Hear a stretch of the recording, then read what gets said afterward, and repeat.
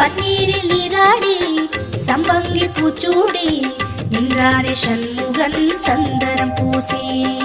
ஓம் சரவண குஹ சரவண ஓம் சரவண குஹ சரவண.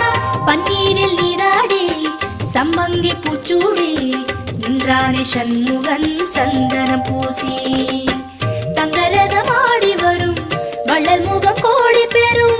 தங்கரதமாடி வரும் வள்ளல் முகம் கோடி பெறும்.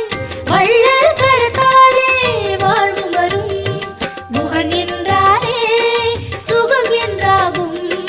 குஹன் என்றாலே சுகம் என்றாகும். பழனி மலையில் பழகும் உறவில் பாசம் பிறக்கும். ஷண்முகநாதன